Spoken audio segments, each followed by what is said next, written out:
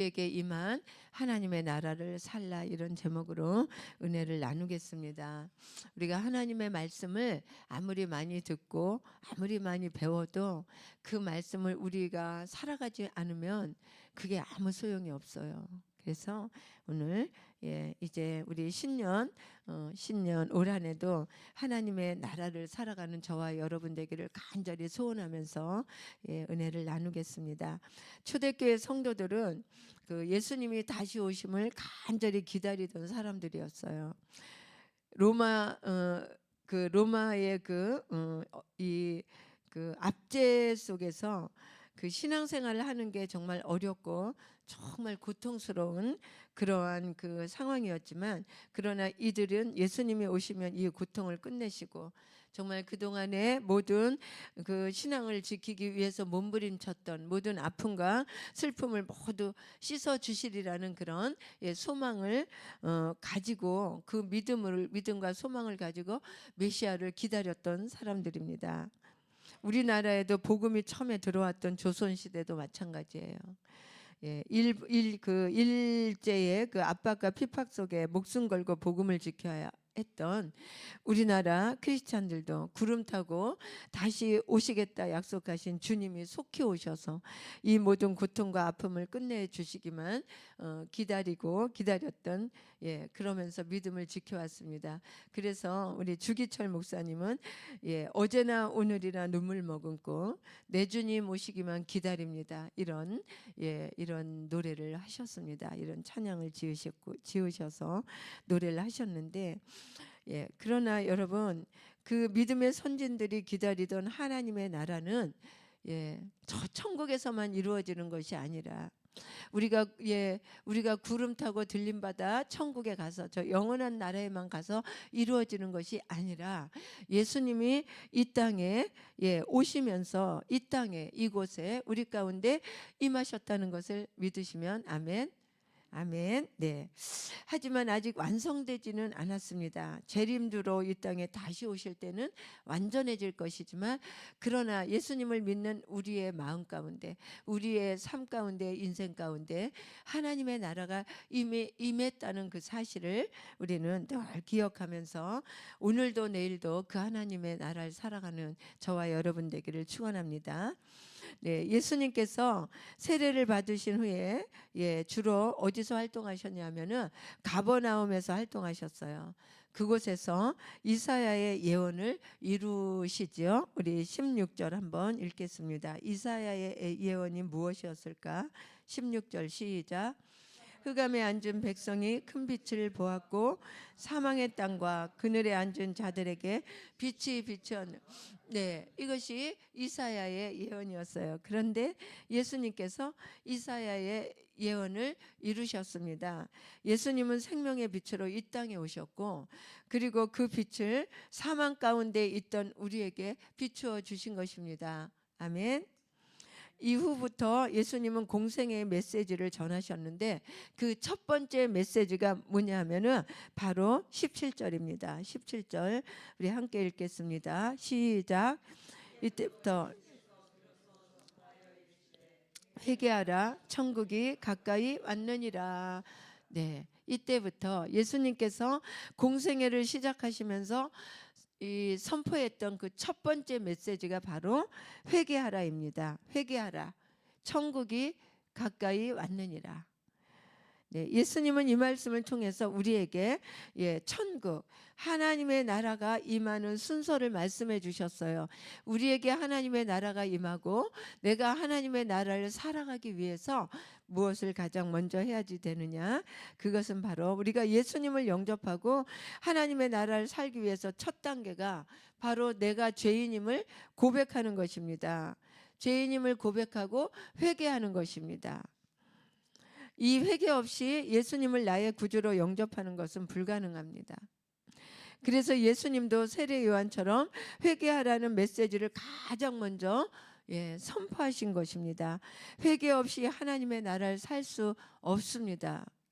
그렇다면 회개는 무엇입니까? 어떻게 하는 것입니까? 우리 날마다 회개하지요. 우리 예배 드리면서 하나님 우리가 주님 앞에 범죄함이 많습니다. 저도 그렇게 회개했지요. 용서해 주시라고. 그런데 여러분 이렇게 입술로 고백하는 것도 회개지요 물론. 그런데 이것은 온전한 회개가 아니라는 거예요. 우리 예수님께서 회개하라 천국이 가까웠느니라 선포하신 이 회개는 어떤 회개냐 하면은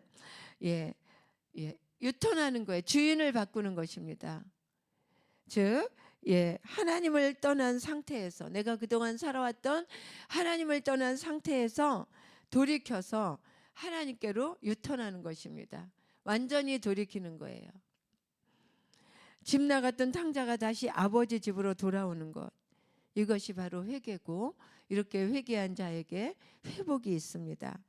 회개는 죄를 떠나서 악을 멀리하고 하나님을 향하여 단순히 마음으로 뉘우치는 것이 아니라 말로 끝나는 것이 아니라 나의 생각과 그리고 언어와 나의 가치관 그리고 세계관 이 내 삶 전체를 바꾸어서 반대 방향으로 하나님께로 돌리고 그 하나님을 향해서 한 걸음씩 한 걸음씩 나가는 그런 결단과 변화가 필요한 것이 회개입니다.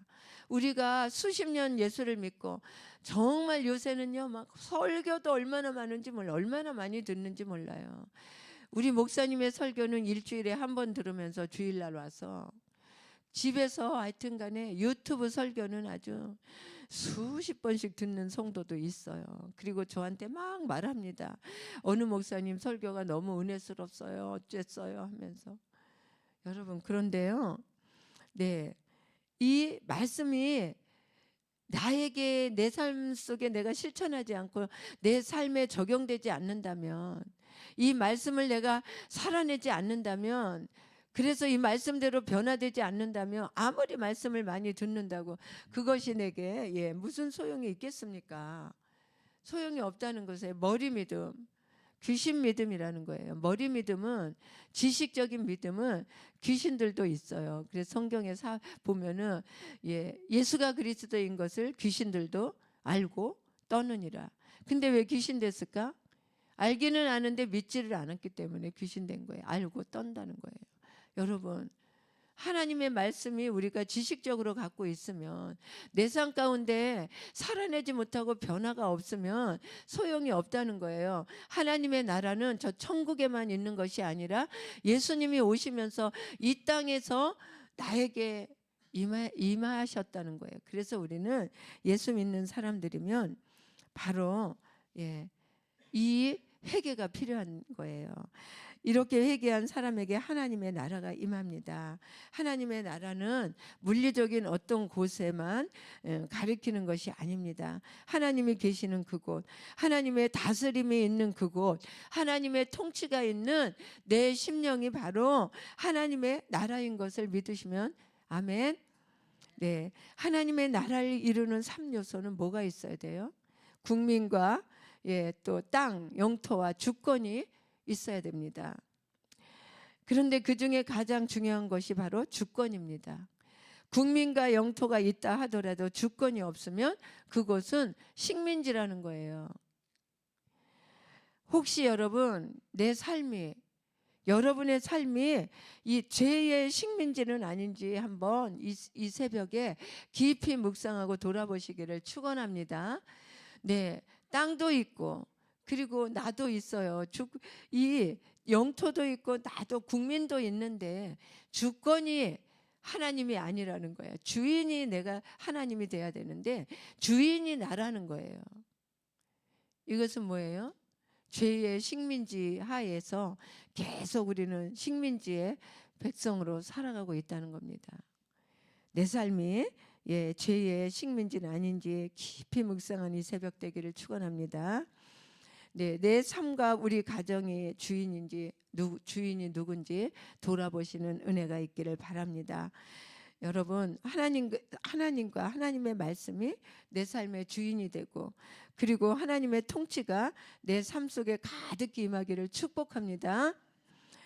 그때 바로 여러분의 삶과 가정에 하나님의 나라가 임하는 것이고 하나님의 임재하심과 다스리신 가운데 여러분의 가정이 여러분의 삶이 온전히 세워질 수 있다는 거예요. 그래서 우리는 이 땅에 살아가지만 정말 행복하게 주님과 날마다 여주동행하며 하나님의 나라를 살 수 있게 되는 것입니다. 18절에 보면은 그 예수님께서 제자를 부르시며 또 공생의 사역에 대해서 말씀하고 계십니다. 회개하고 하나님의 나라가 임하면 우리에게 제자의 삶이 따르게 된다는 거예요. 회개하고 하나님의 나라가 내 안에 임했는데 내가 제자가 되지 못했다. 오늘 예수님이 제자를 부르시면서 베드로와 안드레를 부르시면서 내가 너를 사람 낚는 어부가 되게 하라. 어부에서 부르시는 장면이 나오는데 우리가 하나님의 나라가 임했다고 하면서 제자의 삶, 말씀을 순종하는 삶을 살아가지 못한다면 이것은 아니라는 거예요. 예수께서는 제자의 삶이 어떤 삶인지 몸소 우리에게 보여주셨습니다.